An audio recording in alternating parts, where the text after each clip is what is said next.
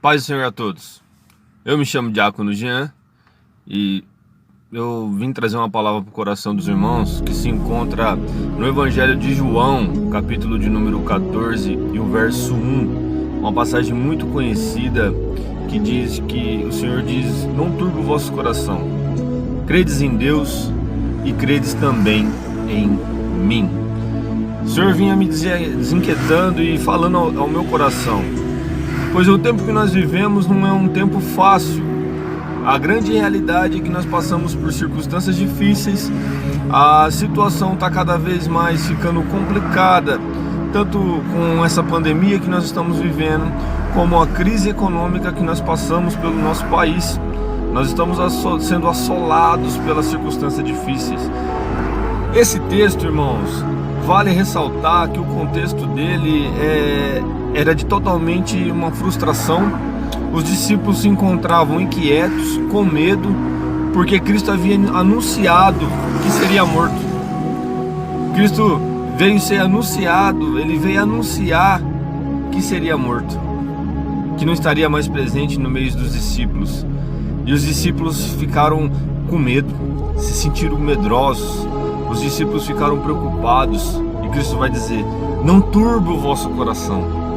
Irmãos, trazendo essa mensagem para os dias de hoje, para o contexto da nossa igreja, as preocupações é algo que nos atrapalham demais. Eu sei que é difícil e é complicado porque a gente vai falar, não tem como nos dias de hoje a gente não ter preocupação. Não tem como nos dias de hoje a gente não sentir frustração. Mas, irmãos, o Senhor nos deixou uma promessa. Ele estaria presente conosco até a consumação dos séculos. Ele estaria conosco todos os dias das nossas vidas. Mas basta a gente fazer a nossa parte. No Salmo de número 119, o verso 105, vai dizer que lâmpada para os nossos pés é a tua palavra e luz para o nosso caminho. O que o Senhor está querendo dizer isso para a gente? Que por intermédio da palavra dele, ele pode iluminar os nossos caminhos. E por intermédio desta luz que ilumina o nosso caminho, ele nos coloca no lugar divino. Nós temos que fazer a nossa parte. Nós temos que ter essa conscientização como cristãos de que Deus está proposto a fazer algo poderoso na nossa vida. Mas será que nós estamos propostos a vivermos isso? Será que nós estamos focados nisso? Os discípulos se preocuparam e Cristo adverteu ele: ei, não turbe o vosso coração. Credes em Deus, ou seja, existe um Deus que é poderoso e maravilhoso para quebrar todas as fortalezas diabólicas. Credes em Deus e credes também em mim. Cristo pagou um alto preço por nós na cruz do Calvário. Ele morreu por todos nós. Então, o mínimo que nós temos que fazer é sermos discípulos de Jesus Cristo. O mínimo que nós devemos fazer é vivermos a realidade que Cristo tem proposto para as nossas vidas. Gênesis capítulo 1, versículo de número 26. E Deus criou o homem à nossa imagem e semelhança. Irmãos, nós temos uma convocação geral. Qual é essa convocação geral? Nos parecermos com o Senhor Jesus Cristo. Qual que é uma das grandes virtudes de todo cristão? A grande realidade é que nós somos chamados para ser santos. Mas será que nós estamos vivendo em santidade? Será que nós estamos sendo santos? Será que estamos vencendo as tentações de Satanás todos os dias que assolam nossas vidas? Como que está sendo a nossa comunhão com o Senhor? Como que está sendo a nossa intimidade com Deus? Jesus falou: credes em Deus, credes também em mim. Na casa de meu pai há muitas moradas. Na casa de meu pai há muitas moradas. Ou seja, o Senhor tem um lugar para todos nós. Só que a grande realidade é que esse lugar não vai ser para todo mundo, porque quantas pessoas estão descrentes de Deus?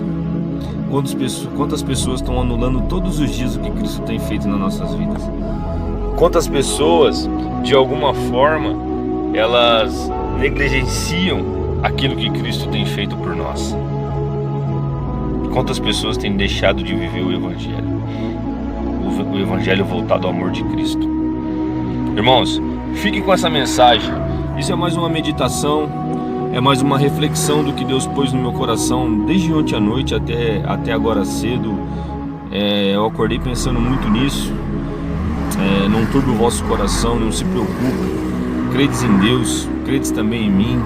A casa de meu pai há muitas moradas. Irmãos, isso é uma promessa, isso é uma aliança. Paulo vai dizer que nós somos ministros de uma nova aliança, e ele afirma que Deus capacita a gente para essa nova aliança. Só que para a gente querer essa capacitação, nós temos que fazer, ser santo e fazer. Ou seja, nós temos obrigações. Você servir a Deus não significa que você está agradando ao Senhor. Você está agradando ao Senhor de uma forma poderosamente? Você tem que ser e você tem que fazer. O fazer envolve você ser o ministro de uma nova aliança que Cristo propôs para você. Que aliança que é essa? O Evangelho. Anunciar a palavra de Deus para todas as pessoas, tentar alcançar o máximo de pessoas possíveis por intermédio da palavra de Deus. Tome posse dessa palavra, porque Deus ele pode desfazer todos os nós que Satanás de alguma forma fez. Ele pode desfazer algo que está acontecendo na sua vida de tão ruim, ou algo que está te impedindo de progredir. Ponha diante de Deus, ponha diante do altar do Senhor, porque Ele é poderoso, Ele quebra essas amarras. Deus ele capacita a gente para que a gente possa vencer o diabo. Quando a palavra do Senhor fala que a gente deve ser temente ao Senhor, irmãos, nós temos que temer ao Senhor, nós temos que ser zelosos pela obra de Deus, nós temos que fazer a vontade do Pai. Então, queridos, a gente tem que estar vigilante contra as tentativas de Satanás e estarmos prontos. Sujeitai-vos, pois, a Deus, resisti ao diabo e ele fugirá de vós. Muitas pessoas gostam desse versículo, mas elas não entendem o primeiro princípio desse versículo. O primeiro princípio desse versículo é uma ordenança.